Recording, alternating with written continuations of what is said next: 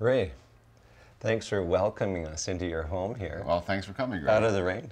Yes, that's right. A little rainy today. In Manitoba. Yeah. It was a real pleasure to see you perform at Métis Fest, big Métis gathering. Oh, man, Greg, that was so much fun. It's the first time being out to Métis Fest. They asked me if I'd ever been to the International Peace Gardens, and I said, actually, I did a television show there once. Really? And my co-host and I, we sat right on the border. I sat on the Canadian side, and she sat on the American side. I said, and the Métis Fest is kind of the same way. It's on the border, too. Yeah. So you could be walking back and forth without a passport. Isn't that great? Yeah, and all that great talent's coming up from the south, too. Oh, man. Yeah, it's a nice gathering. I was fortunate to work with just Ryan Keplin. Yeah. From Belcourt, North Dakota, left-handed fiddler and singer, and he had a great show going on there. And playing that fiddle upside down, I don't know how he does that. Blows my mind. Yeah, quite a show. Yeah. So Ray, where are you from? Who are your relations? Well, I was born here in Winnipeg, actually South Winnipeg. Pardon me, a place called St. Vital, which is a suburb of Winnipeg. Yeah. And my St. Germain's go back to I guess the early 1800s when they came out west from Quebec, Sorel, Quebec. That's really. Yeah, and my great-grandmother was Cree, and my grandparents in Saint Germain were Métis, or as they called them at the time, half-breeds. Yeah. Yeah. And on my mother's side, my grandfather was Métis also. Okay. So. Right on. Yeah. Right on. So deep roots right here. I mean, this is home, yeah. It sure is, boy. Through all the winters, through all the mosquito seasons and everything, still home. Yeah. Now, musically, who are you related to? Where did your music come from? Well, Mom and Dad never played an instrument or anything. Although my mom, she could imitate anybody, it seemed, especially when they left and she started talking like them. Well, that rubbed off a bit. Yeah. So I guess that's where I got my impersonations from. And my dad never sang. No, I never heard him. But I just got interested in the accordion when I was about 12 years old and took lessons and all that stuff, and then went to guitar and started singing. And Elvis came out, and I wanted to be Elvis. Yeah. How old were you when Elvis hit? Well, he would have hit in 1954, so I was 14. Okay. So now you can figure it out. Well, that's that's an impressionable age, and you're already into music at that point. That's right, yeah. As a matter of fact, I used to sing Elvis Presley songs on all kinds of amateur shows with my accordion. Wow. Yeah, and finally my buddy who played guitar, Roy Delarond, he said to me, you know, Ray, you're shaking and everything. One of these days you're going to hurt yourself. You're going to fall down. He said, let me teach you guitar. Oh, wow. Wow. Yeah. So you had an early start touring, too. I sure did. When I was 16, a radio show came to town, 1956. It was Hal Lone Pine, Betty Cody, CKY Caravan.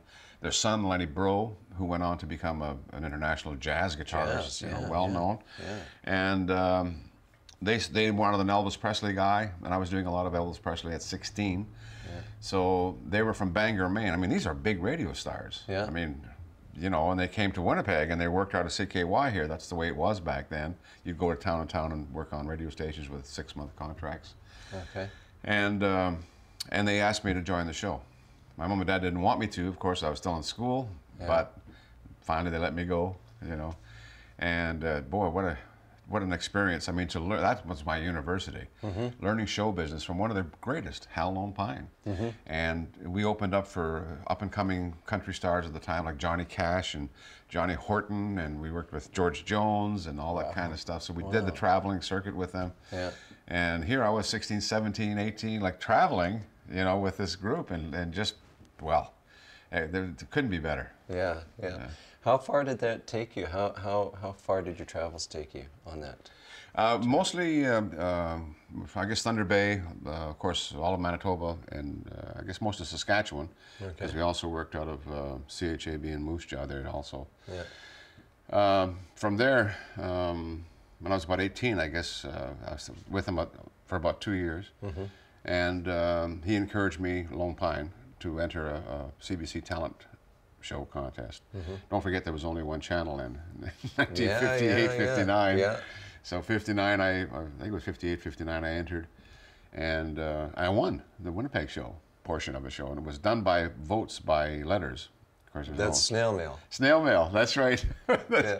So I thought I was on my way, you know, and so anyway, that led me to Toronto, my first trip to Toronto, which I tell in my book there, and it was kind of a scary place to be when you're 19 years old. And yeah, the big smoke. That's right, yeah. Yeah. And I came back soon after. Okay, okay. But it continued. I mean, you got into, I guess, television from there, right? Yes, CBC actually, they had a teen show from different cities, 5 days a week. And Winnipeg was going to be on Wednesday, so they asked me to audition, which I did, and I became the host of the show. And it was called Music Hop Hootenanny. It went 39 shows. Music Hop Hootenanny. Hootenanny, that's right. And it went 39 shows a year for 3 years. Wow. And it was, you know, it was seen coast to coast. Yeah. I mean, I was in good company. Not only did I host the Winnipeg show, but Alex Trebek hosted the Toronto show. Okay. Harry David Mulligan hosted the Vancouver show, and goes on La Pierre de Lune in Montreal. And, yeah, right on. So you made a transition from not just being a player and singer to hosting. Yes, the singing host they used to call us back then, and with the CBC being young then too, I mean everybody was learning. Yeah. And it was just a marvelous time because, you know, don't forget back then when you had a series like in the early 60s, there was maybe 2 channels, CTV and CBC. Yeah. So you had pretty much a 50% chance of being seen from across Canada. Yeah, right on. Yeah. Right on. And obviously television continued. You'd mentioned another series that went for 13 seasons. Yes, that was Ray St. Germain Country started out, then it changed to Big Sky Country, and that was on the Global Network. And we went from 1987 to 1990. We shot shows all of them, except for a couple of years, I think, outdoors. And we'd bring up guests, and we had some Nashville guests too come up, and Canadian guests and that kind of thing. 13 seasons, 20 shows. Well, started out 13 shows a year, then it went to 20 shows a year. We started shooting out of Regina, also in Saskatoon, besides the Winnipeg show. It was syndicated nationally, so it had to be sold to enough stations across Canada in order to do it that year. Right. So we'd never find out till March if we were shooting. Yeah. You know, it was always a scramble. Yeah. But I got to produce it, I got to write it, I got to host it. Wonderful. And pick all the locations. So. Wow. Yeah. Wow.